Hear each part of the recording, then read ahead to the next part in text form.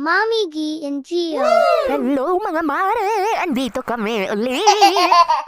Dugtong nga pala ito ng vlog natin kahapon. At ayan, papunta na nga rin kami sa school mga mare. At kukunin nga lang din namin yung feeding nila at maglilinis na nga rin. At ayan, nag-umpisa na nga rin kaming maglinis mga mare. At nagkabit na nga rin pala sila dyan ng mga parol. At dito nga rin pala kami sa may basura nakapwesto. At ayan nga ang ate nyo, napakagaget. Charis.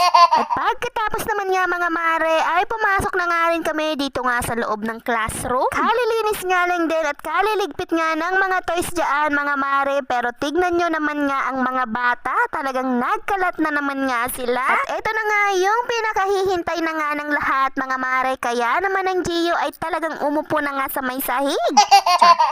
Inayos na nga rin yung mga feeding nila sa may mesa mga mare nang sa ganun nga ay mabilang. At nung nakapirma na nga rin kami mga mare,